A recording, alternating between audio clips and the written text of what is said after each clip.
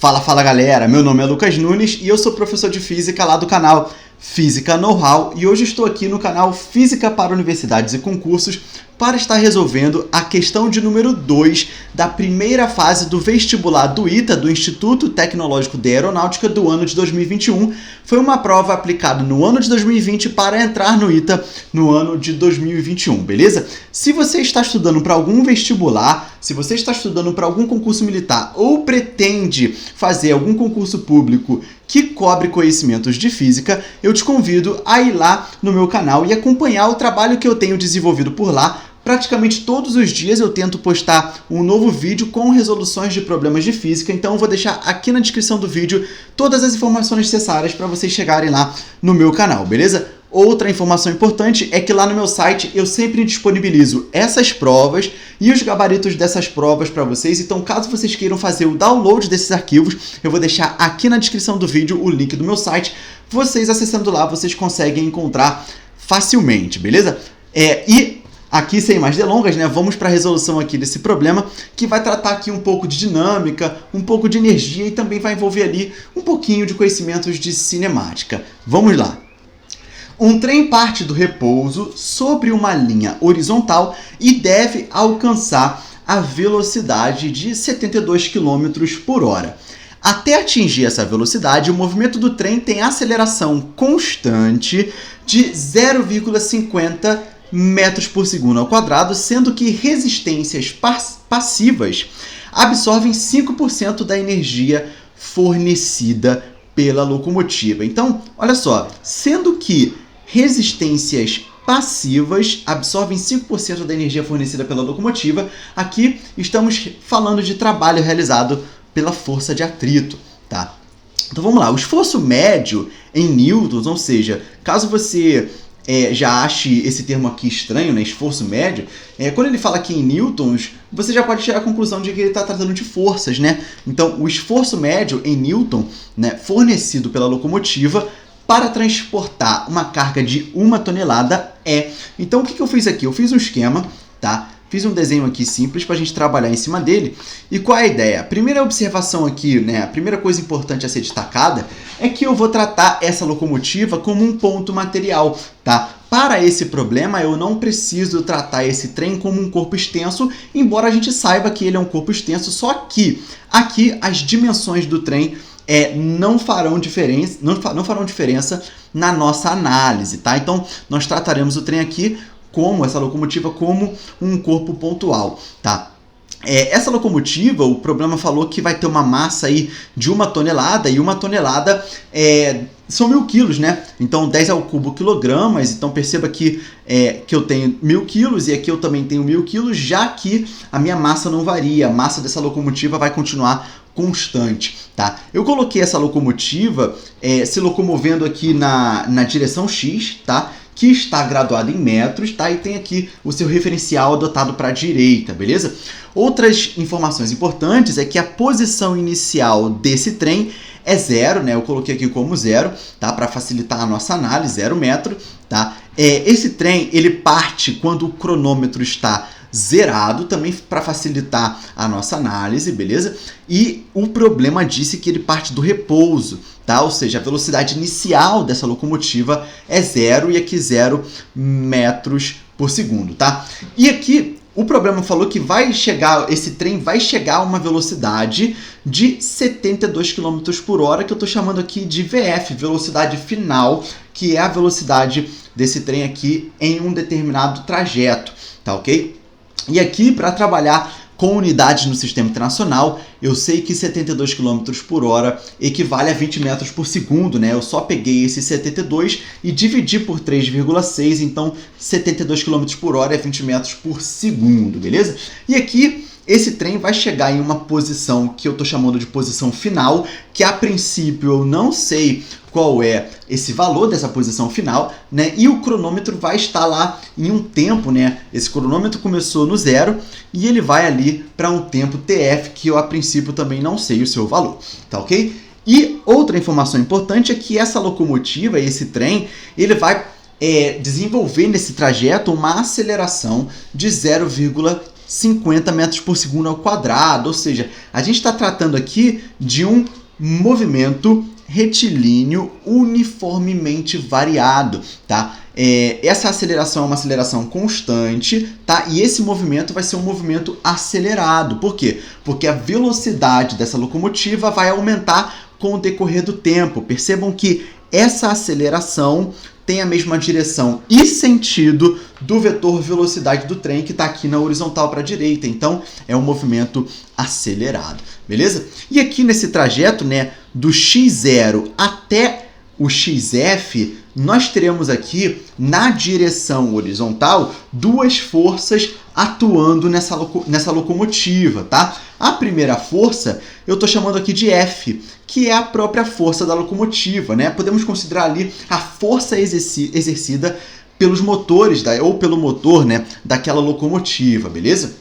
E a segunda força que vai atuar nesse trem é uma força de resistência, tá? A gente sabe que a gente vai ter aqui nesse trajeto, o problema não especificou, mas nós podemos aqui imaginar diferentes tipos de forças de resistência. Por exemplo, a gente vai ter força de resistência devido ao atrito das peças do trem, devido ao ar, por exemplo, devido ao atrito das rodas do trem com a ferrovia, tá? Só que aqui a gente vai resumir para uma força de resistência, que eu estou chamando aqui F de resistência somente, tá ok? Ou seja, essa força de resistência é a soma de todos os tipos de resistência que nós temos aqui, beleza?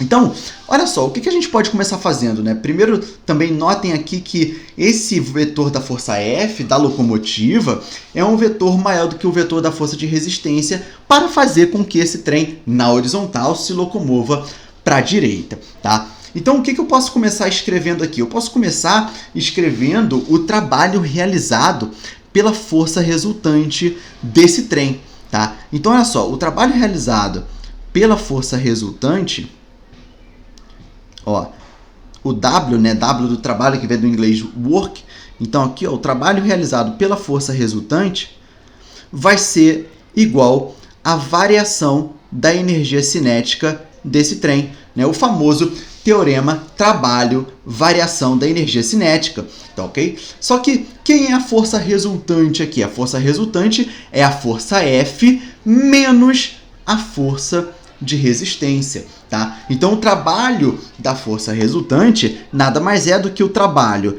realizado pela força F, ou seja, o trabalho realizado pelo motor da locomotiva, menos o trabalho da força de resistência.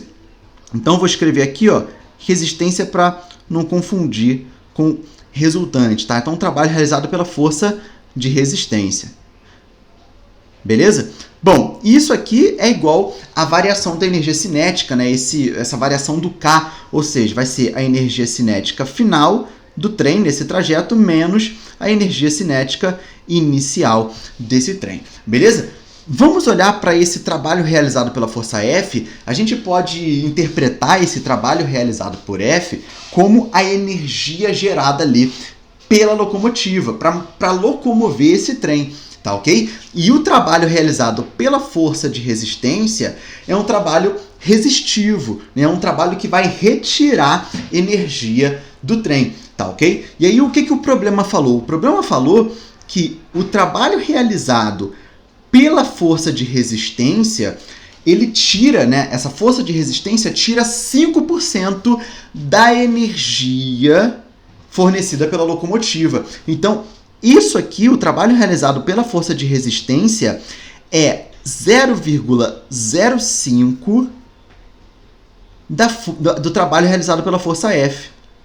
Tá ok? Então, eu vou fazer essa substituição, tá? Então, olha só, como é que vai ficar aqui a nossa expressão? O trabalho realizado pela força F menos 0,05 vezes o trabalho realizado pela força F, novamente, né? Isso é igual à variação da energia cinética, e a gente pode escrever a variação da energia cinética dessa locomotiva como meio, tá, da massa do trem vezes a variação dessa velocidade do trem nesse trajeto, né? Que no caso aqui é o módulo da velocidade final ao quadrado, tá ok? Menos o módulo da velocidade inicial ao quadrado. ok? A gente sabe que o trem partiu do repouso, então V0 elevado ao quadrado é 0 ao quadrado, que é igual a zero. A gente não vai ter problema com isso aqui, tá ok? Então, do lado esquerdo da equação, nós teremos 0,95 vezes o trabalho realizado pela força F, tá? Isso é igual a meio da massa do trem vezes a velocidade final dele nesse trajeto. Bom, e aí como é que a gente pode escrever o trabalho realizado por essa força F?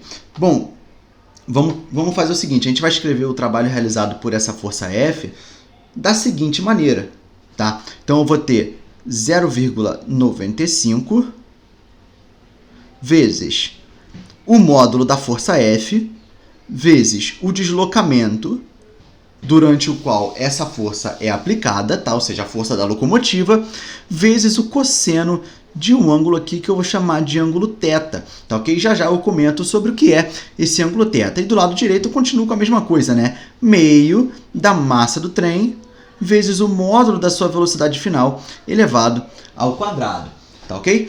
Bom, vamos lá. Quem é esse θ? Esse θ é o ângulo formado entre o vetor da força F e o vetor deslocamento. Vamos voltar lá para o meu esquema e vamos analisar como é que funciona esse ângulo θ.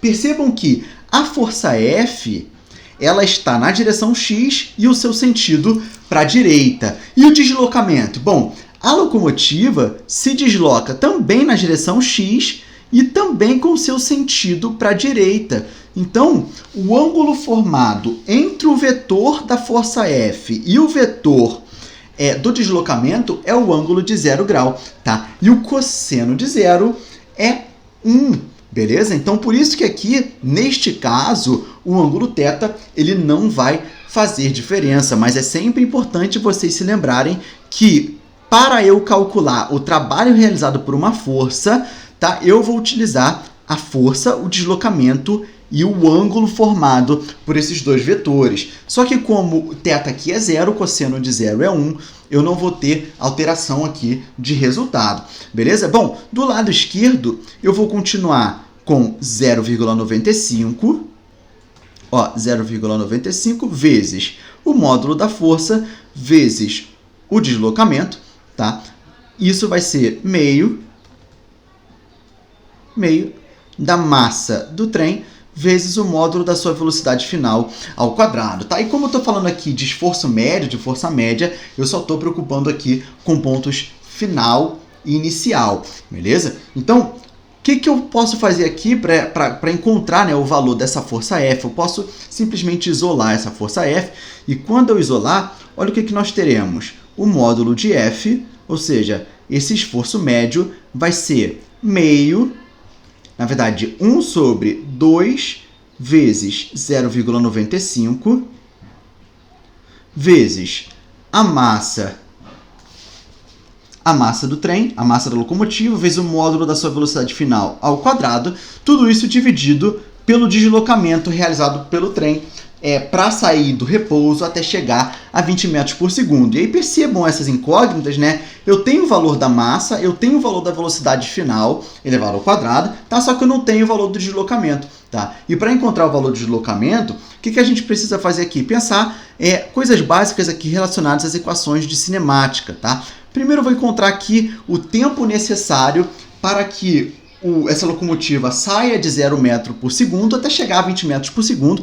Então a gente vai ter aqui, pela própria definição de aceleração, que o tempo necessário vai ser a própria variação de velocidade dividido aqui pela aceleração, tá ok? Então quando eu substituir esses valores, eu vou ter a variação de velocidade é 20 menos 0, velocidade final menos inicial, ou seja, vai ser 20, tá? E aqui a aceleração que é de 0,5 metros por segundo, tá? 0,50. Isso aqui vai dar um tempo 40 segundos. Ou seja, a gente acabou de descobrir lá no meu esquema o valor desse TF aqui, né? Quando a locomotiva alcança uma velocidade de 20 metros por segundo, significa que o trem gastou aí um tempo total de 40 segundos. beleza? E aqui, para eu encontrar o valor do módulo desse deslocamento, basta eu utilizar aqui mais uma equação da cinemática, né?